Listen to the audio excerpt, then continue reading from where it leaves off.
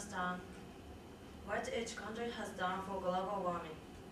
But what about America, the world superpower? How much CO2 in the world comes from America?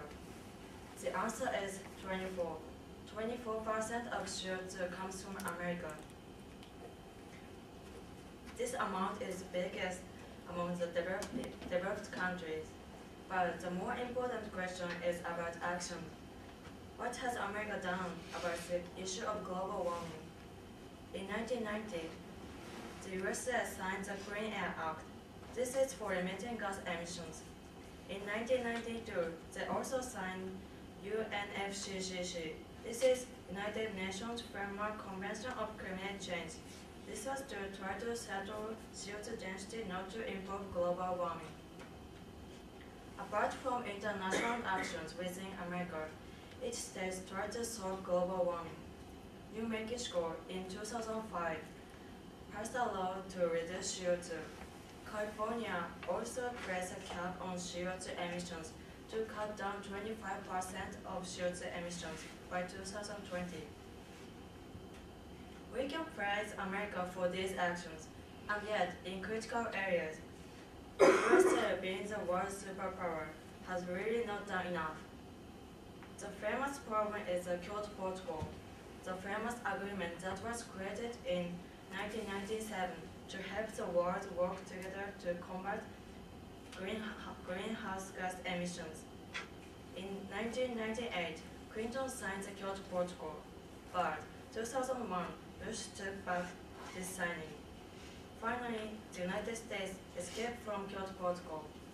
As of October 2009, 183 nations have signed the Kyoto Protocol, which includes many developing nations, but the world superpower USA has not.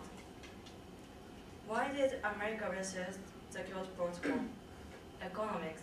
Economics is one big reason, or rather fear of damaging American economy. Agreeing to reduce carbon emissions would include measures that would increase costs for the industries like the oil industry in the USA. Even though 49 Nobel Prize winners and 700 scientists submitted a report to Bush, he did not agree with it. Another reason the USA did not ratify the Kyoto Protocol was their thinking that the protocol was unfair. According to Kyoto Protocol, developing countries have lower requirements for reducing CO2. Now, where is America today under the new administration of President Obama? Obama has not talked about Kyoto Protocol, but he is committed to reducing CO2 emissions. He has set a target for reducing 80% of CO2 emissions by 2050, and he plans to produce 5 million jobs in the industry of green energy and recycling. Do you think this is possible? Can we reduce 80% of CO2 emissions by 2050?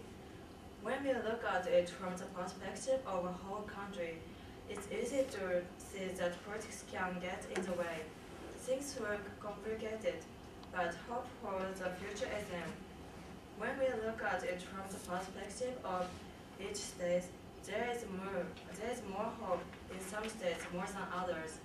The problem is whether looking at the country or state level, we are depending on people in authority to take action and clean up our world. Maybe that is a problem. It's our world, yours and mine. So why are we waiting for someone else to act? Why can we not act ourselves? We have the power to think right, and so we have the power to act right. For example, pizza is a green college, but are we doing enough? In the new dome, the air conditioner is always on. In the cafeteria, we see people wasting food. What can you and I do to be more careful of helping California and America, and therefore the world, for reducing CO2 emissions?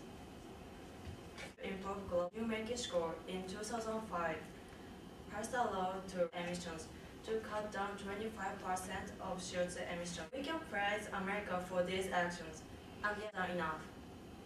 The famous problem is the Kyoto Protocol. Clinton signed the Kyoto Protocol, but 2001, economics. Economics is one big reason.